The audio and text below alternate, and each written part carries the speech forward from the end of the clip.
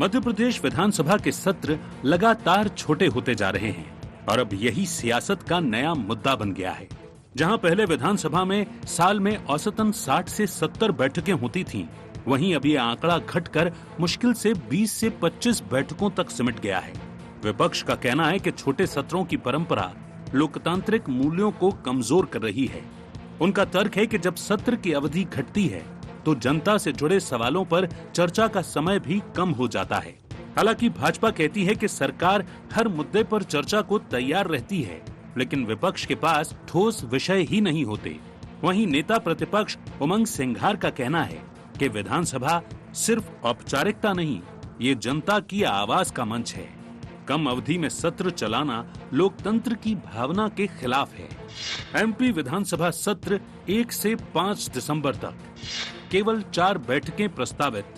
पहले दिन श्रद्धांजलि के बाद कार्यवाही स्थगित। 3 दिसंबर को भोपाल गैस त्रासदी के कारण अवकाश। वास्तविक कामकाजी दिन सिर्फ 3 रहेंगे। नेता प्रतिपक्ष उमंग सिंघार ने सत्र बढ़ाने की मांग की। राज्यपाल सीएम डॉक्टर मोहन यादव व विधानसभा अध्यक्ष को लिखा पत्र। कहा, जन मुद्दों पर चर्चा के लिए पर्याप्त समय नहीं। 230 विधायक है, 3 दिन सत्र चलेगा। 5 दिन का सत्र जरूर किया, पर 3 दिन चलेगा बड़े मुश्किल से। 3 दिन में क्या कर लेंगे, क्या बात कर लेंगे, काय पे डिबेट कर लेंगे। और जब तक कोई अच्छी डिबेट नहीं हो तो मंथन नहीं होगा, तो मक्खन नहीं निकलेगा। सत्र को बढ़ाना चाहिए, बड़ा सत्र होना चाहिए, कम से कम 15 दिन का होना चाहिए ये सत्र। और पहले रहे हैं, और पहले की सरकारों में 15-15 दिन चले हैं सत्र। वहीं भाजपा ने इस मांग पर कांग्रेस को घेर लिया है।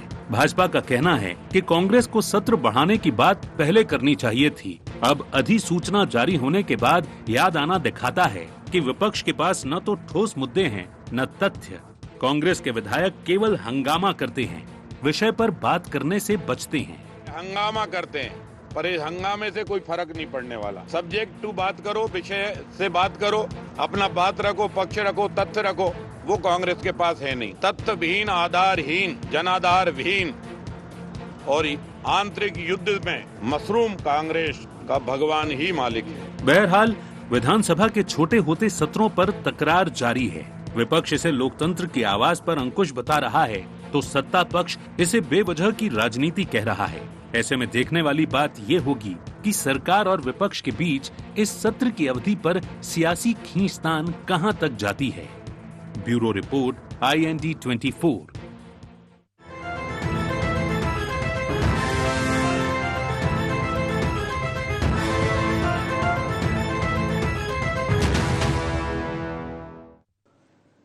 नमस्कार, IND एजेंडा सत्र पर पत्र में आपका स्वागत है। मैं हूं आपके साथ नवीन पुरोहित। चर्चा को विस्तार देंगे, उसके पहले IND एजेंडा के मुख्य बिंदुओं की तरफ एक निगाह डालते हैं। नेता प्रतिपक्ष उमंग सिंघार के पत्र के क्या है मायने? विधानसभा सत्रों की अवधि को लेकर क्यों उठ रहे सवाल?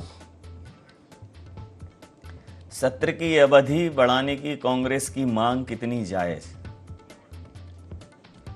कांग्रेस की मांग को भारतीय जनता पार्टी क्यों बता रही नौटंकी?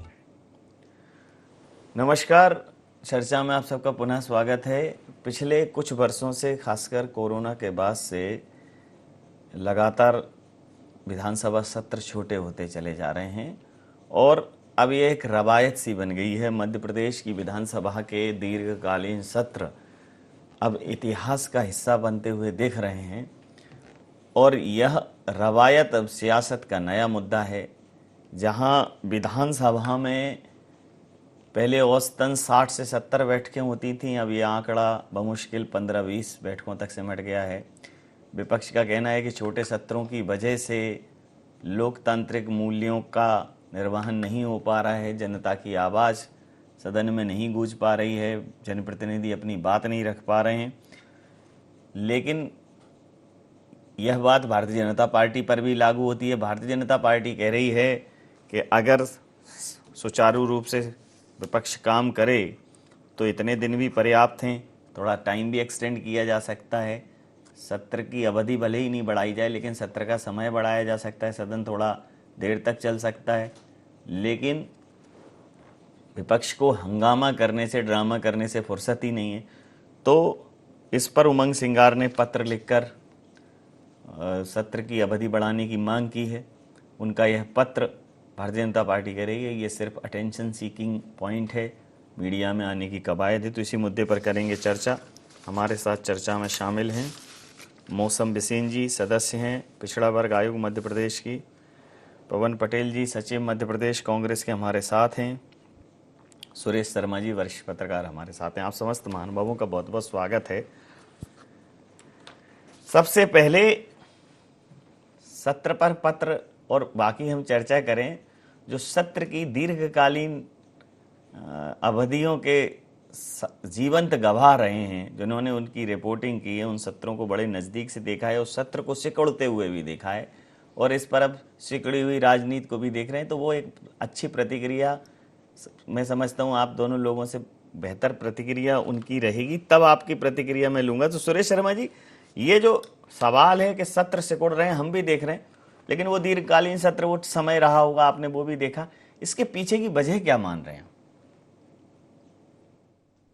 कि दो तीन वजह है नवीन जी इसके पीछे की जो मैं देख रहा हूँ। पहला तो ये कि सरकारें जो हैं वो जनता के प्रति जवाबदेह है, अधिकारी जन विधायकों के प्रति जवाबदेह जितना होना चाहिए उतने नहीं है। और दूसरा मैं ये कारण देख रहा हूँ कि विपक्ष चाहे एक दिन की बैठक रख लें या 10 दिन की, वो 10 अलग अलग मुद्दे और उन मुद्दों पर ड्रामा करके हंगामा करना और कभी एप्रिन पहन के आ जाना, कभी जो है कोई ट्रैक्टर वगैरह लेके आ जाना, जो ये ड्रामा पद्धति शुरू हुई है, इससे सरकार को भी लगा कि मुफ्त में पब्लिसिटी प्राप्त करता है विपक्ष। और इसके अलावा तीसरी सबसे बड़ी बात यह है कि जो अधिकारी वर्ग है वो ये महसूस कराता है कि जितना ज्यादा विपक्ष को मौका देंगे उतना सरकार डैमेज होगी। तो अधिकारी जो है वो जवाबदेही से बच जाता है, क्योंकि विधानसभा ही ऐसा प्लेटफॉर्म होता है जिसमें अधिकारी से ये पूछा जा सकता है कि आपने ये काम क्यों नहीं करा, आपने गड़बड़ क्यों की, आप ये प्रताड़ना कर रहे हैं, जनता के बीच में ये परेशानी है। तो मुझे लगता है ये सारे जो है फैक्टर बनते जा रहे हैं। लेकिन इन सब के बीच में एक और जो महत्वपूर्ण बात यह है कि लोकतंत्र के मायने ही विधानसभा का सत्र लोकसभा के सत्र होते हैं, क्योंकि जनप्रतिनिधियों को यहाँ अपनी बात कह करके अपनी समस्याएं उठाने का एक मौका मिलता है। और जब छोटे सत्र होते हैं तो इसकी सबसे ज्यादा जो नुकसान होता है वो इनको होता है। मैं कई बार अब इस मुद्दे पर बोल चुका हूँ, प्राय बोलता हूँ, आज भी मैंने ट्वीट किया है कि ये सत्र जो है ये बहुत कम अवधि का है। इस प्रकार के सत्र बनाने का मतलब ये होता है कि विधानसभा आने वाले समय में एक सफेद हाथी हो जाएगा जिसमें करोड़ों रुपया तनख्वाह बढ़ रही है, फिर आप मेंटेनेंस के नाम पर लाखों करोड़ों खर्च कर देते हैं, फिर आप अधिकारी जो है पूरे मध्य प्रदेश का आकर के सुरक्षा के नाम पर यहाँ इकट्ठा होता है। तो ये जो लाखों करोड़ों रुपया बर्बाद करके आप केवल 3 दिन के लिए विधायकों को बैठाते हो, उनको बोलने नहीं देते हो या विधायक बोल नहीं पाते हैं, ये मुझे लगता है ये लोकतंत्र को रसातल की ओर ले जाने के सारे प्रयास हैं। और सरकारें भयभीत हैं जनता के बीच में उठने वाली आवाजों को विपक्ष के माध्यम से सुनने के लिए। तो मुझे लगता है ये दोनों पक्षों का बहुत खतरनाक दौर है। और मैं ये मान के चलता हूं, मेरा व्यक्तिगत मानना है, ये कोई मैं सभी पत्रकारों पर नहीं थोप रहा हूं, ये मेरा मानना है कि ये जो भय का वातावरण है ये लोकतंत्र के लिए बेहद दुखद है। और मैं आज भी ये कह रहा हूं कि विधानसभा अध्यक्ष जी को, मुख्यमंत्री जी को, नेता प्रतिपक्ष जी को, राज्यपाल से आग्रह करना चाहिए कि विधानसभा का सत्र कम से कम 15 दिन का होना चाहिए, जो मोटे तौर पर हुआ करता था। शीतकालीन सत्र की बात कर रहा हूं। ये उन लोगों को जवाब है जो अकारण भावावेश में आकर कई ऐसे राजनीतिक बिंदुओं पर सबकी अपनी एक राय हो सकती है, थोड़ा मेरा एलिवेशन इस तरफ हो सकता है, उस तरफ हो सकता है, लेकिन जब वो अकारण पॉलिटिकल मुद्दों पर टारगेट करते हैं किसी भी थर्ड जो हमारा ओपिनियन हम जिनसे लेते हैं, तो बड़ा मुझे तकलीफ होती है। और इसीलिए मैंने ये शुरुआत की थी। पवन जी, बहुत बेस मिल गया होगा आपको, बहुत पर्याप्त मसाला मिल गया होगा, आपको लग रहा होगा कि उमंग सिंगार जी ने जो कहा है उससे ज़्यादा तो सुरेश शर्मा जी ने कहा है। तो जहाँ लोकतांत्रिक, लेकिन समस्या ये है कि विपक्ष, सत्ता पक्ष ने छींका नहीं, आपने कहा संविधान खतरे में। सत्ता पक्ष ने कोई काम किया नहीं, आपने कहा संवैधानिक मूल्यों की हत्या हो रही है। इतनी बार संविधान खतरे में और मूल्यों की हत्या कर दी कि आदमी को लगने लगा भाई अब तो खतरे में, इतना खतरे में तो पड़ी जाए, क्यों परेशान हो। वो एक कहावत सुनी थी, वो बाघ आ गया, वो बचाने एक बार आ गया, वो चेक कर रहे थे, इतना खतरे में कर दिया है कि अब खतरे में भी आए तो ज्यादा खतरे में दिखाई नहीं देता। क्या कहें? देखिए, आज छींकने वाली बात नहीं, छींकने से अगर संविधान खतरे में होता तो अलग बात थी, लेकिन संविधान क्यों खतरे में है ना? आप कहते हो प्रधानमंत्री जी चश्मा लगाते हैं, तो तुम क्या चाहते हो भाई? प्रधानमंत्री जी क्या करें? इस पे मतलब कोर्ट नहीं क्या करें? कोर्ट पे थेंगरे लगा लें। हमारे यहाँ गांव में पैबंद बोलते थे, उसको थेंगरा भी बोलते हैं वहां देशज के। थेंगरे लगा लें, क्या करें? लुंगी लगा के जाएं, जैसे पूरे देश का वगैरह क्या करें? कागज लुंगी लगा के जाएं, बनियान और लुंगी में। बंडी में चाहते हो कि विदेश दौरे करें? नहीं, मैं तो ये कहता हूं कि जैसे पूरे देश का कागज मांग रहे हैं, अपना कागज भी दिखा दें। वो प्रधानमंत्री तो अपना कागज नहीं दिखाएंगे, जो दोहरा मापदंड है। जब किसी के माँ को गाली देते हैं ना, तो प्रधानमंत्री जी के माँ को गाली देना और सबकी माँ का सम्मान बराबर होना चाहिए। ऐसा नहीं होना चाहिए कि मोदी जी है तो मोदी जी की माँ और दूसरे की माँ नहीं है, मोदी जी की डिग्री है, दूसरे की डिग्री नहीं है। तो ये जो दोहरा मापदंड है, इसलिए बोला जाता है संविधान खतरे में। भारतीय जनता पार्टी के लोग बोल रहे हैं कि अगर आपके पास मुद्दे हैं तो कम समय में भी उठाया जा सकता है। तो भारतीय जनता पार्टी के लोग बोल देंगे कि जब मोदी जी इतना अच्छा काम कर रहे हैं तो सत्र की क्या आवश्यकता है? जब दिन रात वो आदमी युवाओं के लिए काम कर रहा है, किसानों के लिए काम कर रहा है, सो नहीं रहा है, एसआईआर करा रहा है, वोटर लिस्ट करा रहा है, भ्रष्टाचार में अजीत पवार जैसे लोगों को अंदर कर रहा है, तो सत्र की क्या आवश्यकता है? ये बताइए। भारतीय जनता पार्टी के नेता तो यही बोलेंगे, सत्र की आवश्यकता ही नहीं है। अच्छा, एक प्रश्न कर ले, बुरा नहीं मान। देखो, अब तो मैं तो इसका मैं छठे चौमा से आता हूं अब तो टीवी पे। मैं तो ऐसे कि जो भी किताब मानते हो, संविधान को, गीता को, रामायण को, कुरान को, जिसको भी मानते हो उसको हाथ में लेके कि भाई बुरा नहीं मानना। आप ये बताओ, जब कमलनाथ जी का शासनकाल था 18 महीने का, ठीक है, उस 18 महीने में सबसे कम अगर सत्र सबसे ज्यादा कहीं सिकुड़े तो वहीं ये परंपरा का गठन वहीं हुआ। एक उदाहरण दे दो कि भाई कमलनाथ जी के उसमें 3-4 सत्र हुए हैं। सत्र का सत्यानाश वहीं से शुरू हुआ है। पूरे कामों का आंकड़ा निकाल लीजिए, सबसे अच्छे कामों की शुरुआत भी वहीं से हुई है। 27 लाख किसानों का कर्जा भी वो 15-18 महीने से कम समय काम करने को उस पे कोई बात कह रहे हैं? अरे मैं भाई नहीं मैं अरे जो अच्छा किया लेकिन मैं ये जो सत्र जिस पर आप पत्र लिख रहे हो, समस्या ये है कि सरकारों का एक चरित्र है, विपक्ष का एक चरित्र है। अब देखो, वो एक कितने लोग गला फाड़ के रामलीला मैदान में चिल्लाए कि लोकपाल। सबकी अपनी अपनी व्यवस्थाएं लग गई, कहां गया लोकपाल? तो मूल चरित्र ये है कि भाई पहला पत्थर वो मारे जिसने पाप ना किया हो, जो पापी ना हो। एक गाना मैंने सुना था। अब वो कह रहा है तुम चोर हो क्योंकि तुमने 5,000 रुपए चुराए और हम तो 200 ही रुपए चुराए। अरे तुम 200 ही चुरा पाए, तुम्हें ज्यादा की जुगाड़ मिलती तुम ज्यादा कर लेते, तुम्हें मिला ही नहीं। तुम्हें 18 महीने मिले, तुम्हें ज्यादा मिलता तुम ज्यादा उधेड़ देते, भाई तुम्हें मिला ही उतना मौका। अब चोर मौसेरे भाई होने चाहिए थी, वो कहावत आपने बदल दी। चोर दुश्मन हो रहे हैं। वही तो निवेदन है कि 18 महीने के कार्यकाल को देख लीजिए, चाहे भ्रष्टाचार के हिसाब से देख लीजिए, चाहे काम करने देख लीजिए। आदमी जिसका ट्रांसफर होता था सूटकेस लिए बैठा ही रहता था कि भैया ये वाला कपड़ा पहनूंगा, अगले दिन मीडिया की नजर से। अब अरे भाई मुझे ज्यादा लोगों से वास्ता नहीं। मैं तो जहां से जिस क्षेत्र से बिलोंग करता हूँ, 2-4 अधिकारी, भैया कहाँ हो? आज अशोकनगर हूँ, आज कहाँ हूँ? आज दतिया हूँ। हफ्ते भर में भैया लोगों के ठिकाने बदल रहे थे। लेकिन ठीक है, अच्छी बात है। जब तक आपके जैसे लोग, मैं इस मंच से फिर कह रहा हूं, जब तक आपके जैसे लोग हैं तब तक लोकतंत्र जिंदा है। लेकिन पार्टियों के चक्कर में लोग ईमान के डर से बिगाड़ के डर से ईमान की बात कहना भूल गए। पंच परमेश्वर पढ़ो। गलतियां अगर ऐसे नहीं संविधान खतरे में आया है, उस खतरे के भागीदार आप भी हो। आपको उदाहरण बनना पड़ेगा। अब आप कहते हो कि नहीं मैंने तो सिर्फ 200 रुपए की चोरी करी, वो 5,000 ही कर रहे। अरे तुम 200 की ही कर पाए। हम भी 50 पे झपट्टा मार रहे हैं और हम कह रहे हैं हम ईमानदार हैं। कांग्रेस का है तो उसके अलग डेफिनेशन हो जाती है। परिभाषाएं सबकी एक होनी चाहिए, यही हमारा निवेदन है कि परिभाषाएं अभी मौसम, भाजपा को चाहे कांग्रेस का हो। मौसम जी बैठी है। मौसम जी, ये जो राजनीति में जो लोकतंत्र का जो मानसून है वो ऐसा बिगड़ गया है कि बेमौसम बरसात हो रही है। मतलब पहले चलता था कि भाई 3 महीने जैसे मौसम व्यवस्थित होता था, अभी देखो अभी बरसात हुई है, पूरे किसान त्राही कर रहे हैं। ये 5 दिन का जब सत्र चलेगा, आप ही पिछड़ा वर्ग आयोग की सदस्य हैं, तमाम मामले ऐसे लंबित होते हैं जिसमें कई अधिकारियों को जब आप फोन करती हैं, बात करती हैं, उनके रिस्पॉन्स ठीक नहीं आते हैं। जो सुरेश शर्मा जी ने कहा कि लोकतांत्रिक व्यवस्था में यही वो प्लेटफॉर्म है जहां अकाउंटेबिलिटी आप विधायिका के साथ कार्यपालिका की विधायिका के साथ कार्यपालिका के साथ एक अकाउंटेबिलिटी आप तय कर सकते हैं, विधायिका उनको पूछ सकती है, बाकी टाइम तो कुछ है नहीं। तो ये अकाउंटेबिलिटी से बचने का एक प्रचलन बढ़ गया है, क्या कहेंगे? देखिए, जो सत्र इस बार का शीतकालीन का जिसका अधिसूचना जारी हुई है, मुझे लगता है शासन ने माननीय हमारे विधानसभा अध्यक्ष जी के द्वारा सोच समझकर निर्णय लेते हुए, क्योंकि ये नहीं है कि समयावधि क्या है, परिणाम मूलक कितना है, मुझे लगता है ये ज्यादा मायने रखता है।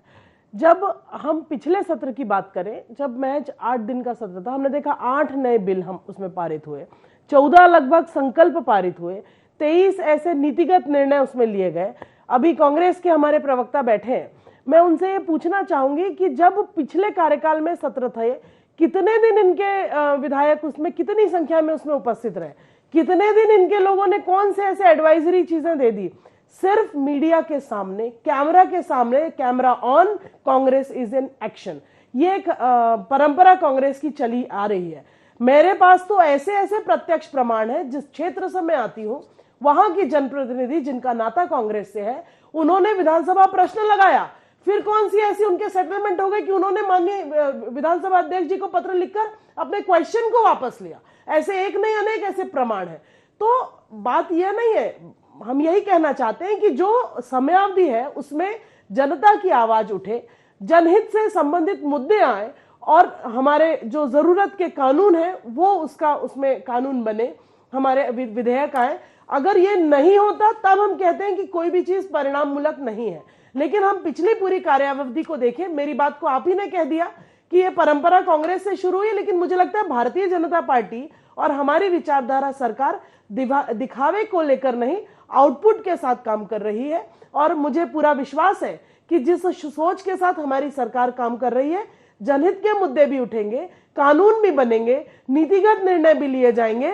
बस वहां एक चीज नहीं होगी कि कांग्रेस को कैमरे के सामने प्रदर्शन करके अनावश्यक रूप से बयानबाजी करने का मौका नहीं मिलेगा। पिछले बार के 8 दिन के कार्यकाल में हमारे भाई पवन जी बताएं कि 6 दिन वेल में हंगामा करने का काम कांग्रेस ने किया, 2 दिन वॉकआउट करने का काम किया। अगर सारे लोग मिलकर वर्कआउट करके कुछ क्रिएटिविटी के साथ आगे आते हैं तो भारतीय जनता पार्टी की सरकार उसका स्वागत करती है। और इसके साथ ही इस मध्य प्रदेश का, क्योंकि मैं एक बात और आपके माध्यम से कांग्रेस के हमारे प्रवक्ता से पूछना चाहूंगी, आपको भी याद होगा 2011 में जब आदरणीय शिवराज सिंह जी चौहान मध्य प्रदेश के मुख्यमंत्री थे और जब 3 दिन का स्वर्णिम मध्य प्रदेश का स्पेशल सेशन बुलाया गया, शायद उस समय ऐसी कौन सी कांग्रेस की मजबूरी थी कि स्पेशल सत्र था उस विजन के साथ कि आने वाले 25 वर्षों में मध्य प्रदेश की दिशा कैसी होगी, किन कार्य योजनाओं के साथ हम आगे बढ़ेंगे। लेकिन वह मैं याद दिलाना चाहती कि उस दौर में भी हमारे कांग्रेस के साथियों ने उसका विरोध किया, बॉयकॉट किया।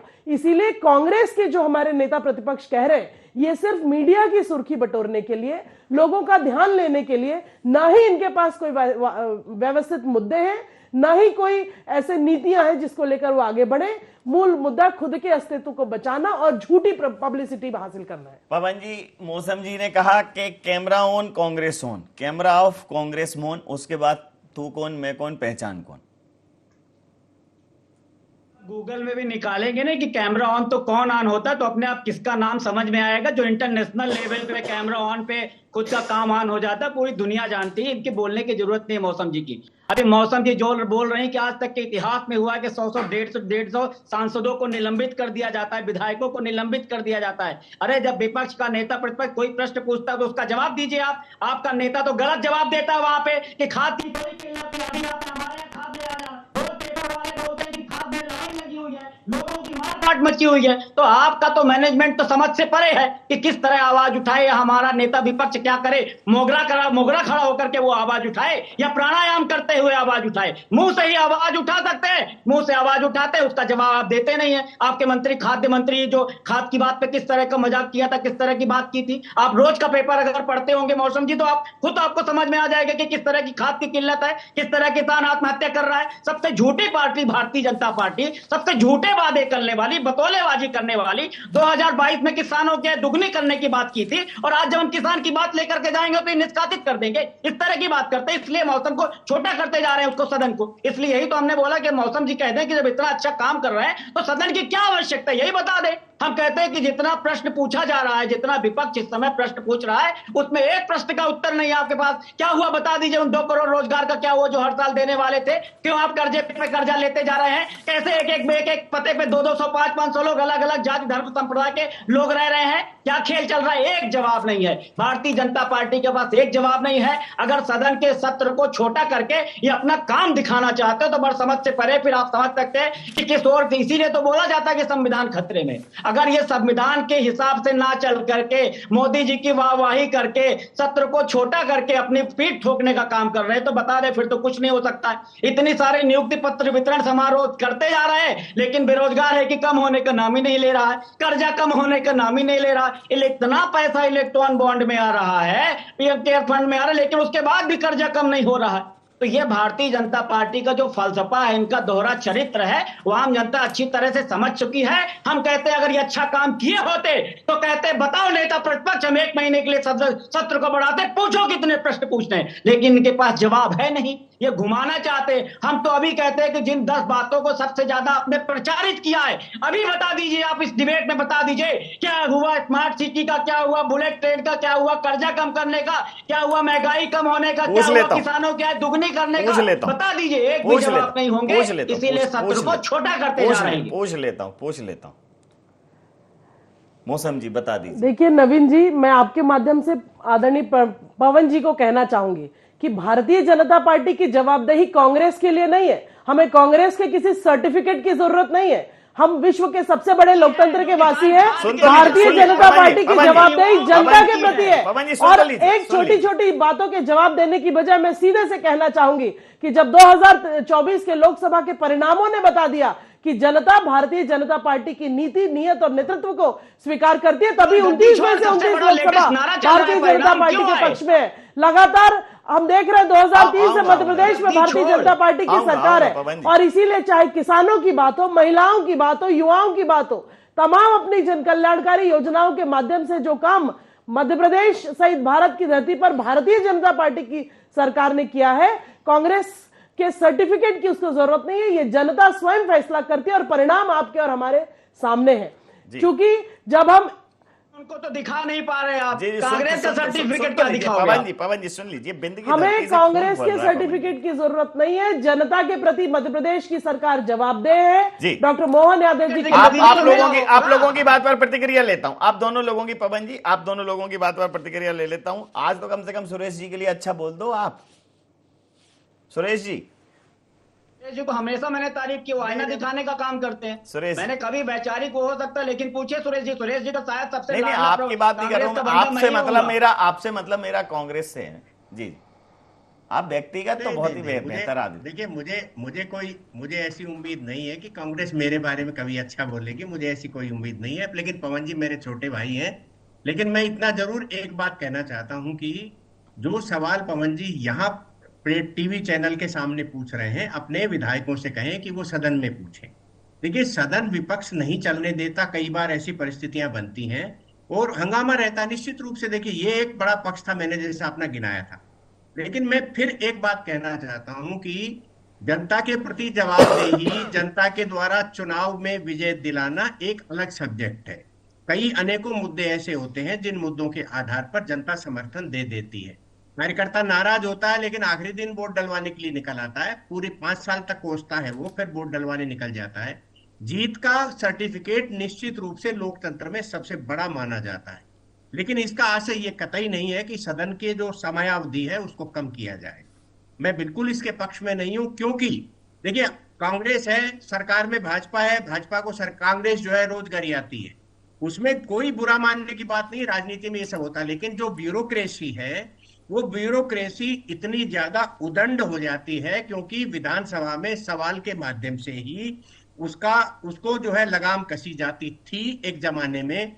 मैंने अपनी पत्रकारिता की अवधि में 1980 में अर्जुन सिंह जी की विधानसभा की रिपोर्टिंग की, जब वो मुख्यमंत्री थे, सुंदरलाल पटवा नेता प्रतिपक्ष से, तब से आज तक मैं देख रहा हूं सदन की एक गरिमा होती है, सदन में सवाल का एक महत्व होता है।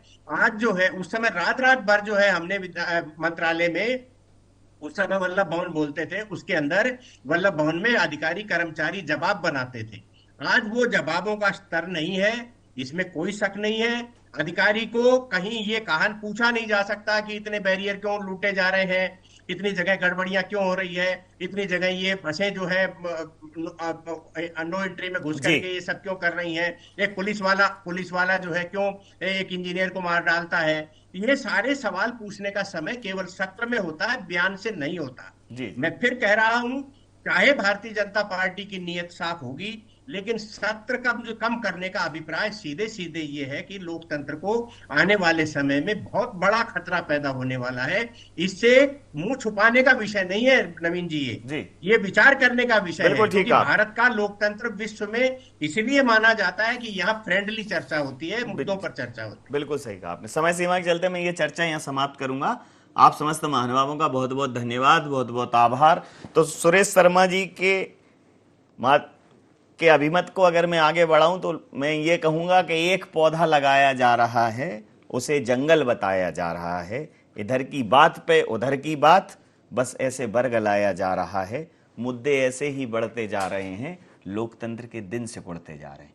जनता की बात सड़कों की बजाय अगर सदन में होगी तो सार्थक होगी, लेकिन सिर्फ मीडिया के अटेंशन के लिए अगर लोकतांत्रिक मूल्यों के साथ खिलवाड़ किया जाएगा तो निश्चित रूप से, चाहे वो सत्ता हो चाहे विपक्ष हो, कुल मिलाकर राजनीति के लिए ये ठीक नहीं है। तो इस पर राजनीतिक दलों को गंभीरता से विचार करना ही होगा। आईएनडी एजेंडा में नहीं, अब बने रहिए IND24 के साथ और देखते रहिए IND24। नमस्कार।